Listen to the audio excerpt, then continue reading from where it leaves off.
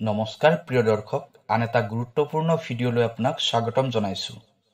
মহাশিৱৰাত্ৰিৰ দিনা এই তিনিটা ভুল মহিলাসকলে কেতিয়াও কৰিব নালাগে।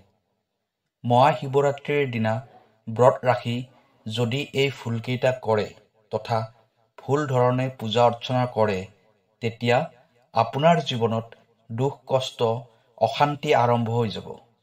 ভগৱান শিৱৰ আশীৰ্বাদ পোৱাৰ পৰা গোটেই জীৱনটোৱে বঞ্চিত হৈ থাকিব লাগিব। মহাশিৱৰাত্ৰিৰ শুভ মুহূৰ্তত ভগৱান শিৱ আৰু মা পাৰ্বতীৰ পূজা অৰ্চনা কৰিলে ঘৰলৈ সুখ শান্তি সমৃদ্ধিৰ আগমন হোৱাৰ লগতে জীৱনৰ পৰা সকলোবোৰ অপায় অমংগল দূৰ হৈ এটা শান্তিপূৰ্ণ জীৱন অতিবাহিত কৰিব পাৰিব। মহাশিৱৰাত্ৰিৰ দিনা কি ভুল কাম কৰিলে ভগৱান শিৱ অসন্তুষ্ট হয় তথা ক্ৰোধিত হৈ যায়, সেয়েহে এই ভুলকেইটা মহাশিৱৰাত্ৰিৰ দিনা নকৰিব। প্ৰিয় দৰ্শক, আছামিজ এষ্ট্ৰলজীলৈ আপোনাক স্বাগতম জনাইছোঁ। মই এষ্ট্ৰলজাৰ ধীৰাজ শৰ্মা। ভিডিঅ'টো শ্বেয়াৰ কৰি দিব আৰু কমেণ্টত লিখিব ওম নমঃ শিৱায়। প্ৰিয় দৰ্শক, যদি আপোনাৰ ব্যক্তিগতভাৱে কিবা সমস্যা হৈ আছে তেনেহ'লে ভিডিঅ'ৰ স্ক্ৰীণত দিয়া নাম্বাৰত আমাৰ সৈতে যোগাযোগ কৰিব। আমি আপোনাৰ সমস্যাসমূহ সমাধান কৰিবলৈ চেষ্টা কৰিম। এতিয়া ভিডিঅ'ৰ পৰৱৰ্তী অংশলৈ যাওঁ। মহাশিৱৰাত্ৰিৰ দিনা আপুনি যদি পাৰে ব্ৰহ্ম মুহূৰ্তত শুই উঠিবলৈ চেষ্টা কৰিব। ৰাতিপুৱা 4 বজাৰ পৰা 5 বজাৰ ভিতৰত উঠিব। তাৰপিছত স্নান কৰি লৈ শুদ্ধ বস্ত্ৰ পৰিধান কৰিব। শুদ্ধ বস্ত্ৰ পৰিধান কৰি ঘৰৰ শিৱ মন্দিৰত প্ৰতিদিনে পূজা কৰাৰ দৰে সেইদিনাও পূজা অৰ্চনা কৰিবলৈ আৰম্ভ কৰিব। ঘৰত যদি শিৱ মন্দিৰ নাই তেনেহ'লে ওচৰে পাজৰে থকা শিৱ মন্দিৰত গৈও পূজা অৰ্চনা কৰিব পাৰে। শিৱ মন্দিৰত গৈ প্ৰথমে গাখীৰ আৰু গংগা জলেৰে শিৱলিংগত অভিষেক কৰিব। ভগৱান শিৱক সম্পূৰ্ণ শ্ৰদ্ধা ভক্তি বিশ্বাসেৰে পূজা অৰ্চনা কৰিব। ওম নমঃ শিৱায় মন্ত্ৰটো জপ কৰিব। সেই দিনটোত ভগৱান শিৱৰ নামতে নিজকে সমৰ্পণ কৰি দিব। মহাশিৱৰাত্ৰিৰ দিনা ব্ৰত ৰাখি দিনটোৰ ভিতৰত পানী আৰু কেৱল কেঁচা ফল মূলে গ্ৰহণ কৰিব। বেলেগ খাদ্য একো নাখাব। মহাশিৱৰাত্ৰিৰ দিনটোত আপুনি ব্ৰত ৰাখিব। যদি কিবা অসুবিধা হয় তেনেহ'লে আপুনি ভুলতেও আমিষ ভোজন গ্ৰহণ নকৰিব। যদি আপুনি এনেকুৱা ভুল কৰে, ভগৱান শিৱৰ আশীৰ্বাদ আপুনি কেতিয়াও লাভ নকৰে। ভগৱান শিৱৰ আশীৰ্বাদ পোৱাৰ পৰা আপুনি বঞ্চিত হৈ থাকিব লাগিব। আপুনি এই খাদ্যবোৰ কেতিয়াও নাখাব। অৰ্থাৎ ব্ৰত পালন নকৰাসকলে কেৱল নিৰামিষ আহাৰে গ্ৰহণ কৰিব। মহাশিৱৰাত্ৰিৰ দিনা বেছি দেৰিলৈকে বিচনাত শুই নাথাকিব। ইয়াৰ ফলত আপোনাৰ ভাগ্য উন্নতিত বাধা হ'ব পাৰে। ব্ৰত পালন কৰা ব্যক্তিসকলে ভাত, ৰুটি, চিৰা ইত্যাদি বস্তু নাখাব। কেৱল সেই দিনটোত ফল মূলহে খাব।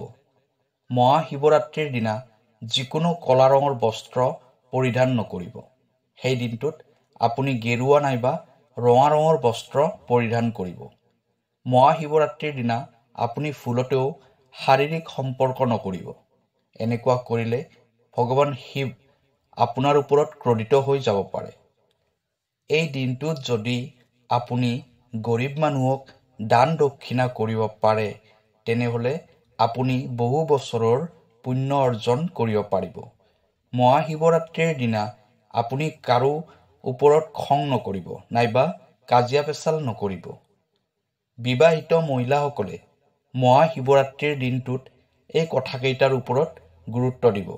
আপোনাৰ স্বামীয়ে যদি আপোনাক এই তিনিটা বস্তু ধাৰণ কৰিবলৈ কয় তেতিয়াও আপুনি এই তিনিটা বস্তু ধাৰণ নকৰিব আৰু এইটো আপোনাৰ বাবে অত্যন্ত অশুভ হ'ব।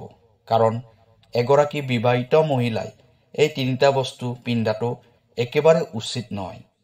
এই তিনিটা বস্তু পিন্ধিলে আপোনাৰ স্বামীৰ বহুত ক্ষতি হ'ব পাৰে। মহাশিৱৰাত্ৰিৰ দিনা বিবাহিত মহিলাই যিকোনো বগা ৰঙৰ বস্ত্ৰ পিন্ধাটো একেবাৰে উচিত নহয়।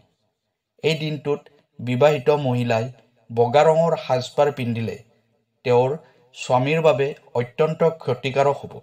হয়তো স্বামীৰ মৃত্যুও হ'ব পাৰে। শাস্ত্ৰ অনুসৰি বগা সাজ পৰিধান কৰিলে পতিব্ৰতা ধৰ্ম নষ্ট হয় বুলি কোৱা হয়। স্বামী স্ত্ৰীৰ সম্পৰ্কৰ মাজত অশুভ শক্তিয়ে প্ৰৱেশ কৰে।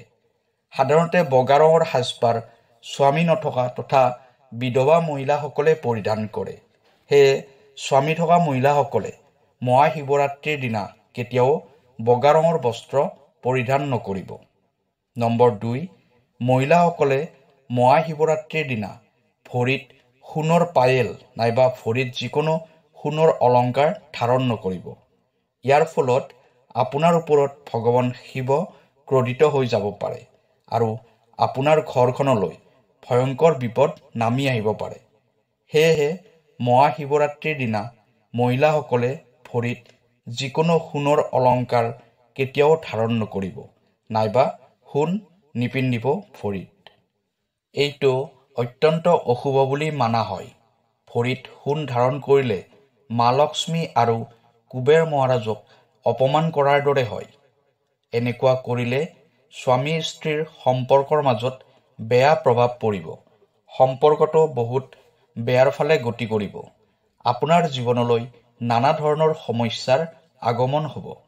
সেয়েহে মহাশিৱৰাত্ৰিৰ দিনা ভুলতেও ভৰিত সোণৰ পায়েল নাইবা যিকোনো সোণৰ অলংকাৰ নিপিন্ধিব। প্ৰত্যেক মানুহে জানে যে সনাতন ধৰ্মত বিবাহিত মহিলাসকলে সিন্দুৰৰ ফুট নল'লে তেওঁলোকৰ জীৱন আধৰুৱা হৈ পৰে। তেওঁলোকৰ অলংকাৰ অসম্পূৰ্ণ হৈ পৰে।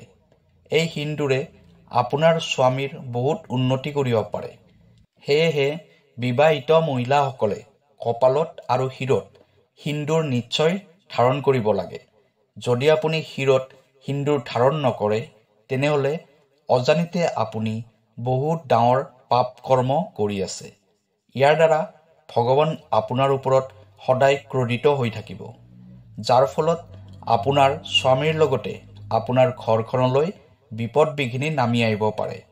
সিন্দুৰৰ ইমানেই শক্তি আছে যে ইয়াৰ দ্বাৰা আপোনাৰ স্বামী জীৱনত যথেষ্ট উন্নতি কৰিব পাৰিব। আপোনাৰ স্বামীয়ে প্ৰতিটো কামতে সফলতা অৰ্জন কৰিবলৈ সক্ষম হ'ব। সেয়েহে এই 3টা ভুল বিবাহিত মহিলাসকলে কেতিয়াও নকৰিব। প্ৰিয় দৰ্শক, ভিডিঅ'টো কেনেকুৱা লাগিলে জনাব। ভিডিঅ'টো যদি ভাল লাগিছে আপোনাৰ চিনাকি সকলোকে ভিডিঅ'টো শ্বেয়াৰ কৰি দিব, যাতে সকলোৱে ইয়াৰ লাভ প্ৰাপ্তি কৰিব পাৰে। কাইলৈ আকৌ লগ পাম অন্য এটা ভিডিঅ'ত। তেতিয়ালৈ ধন্যবাদ।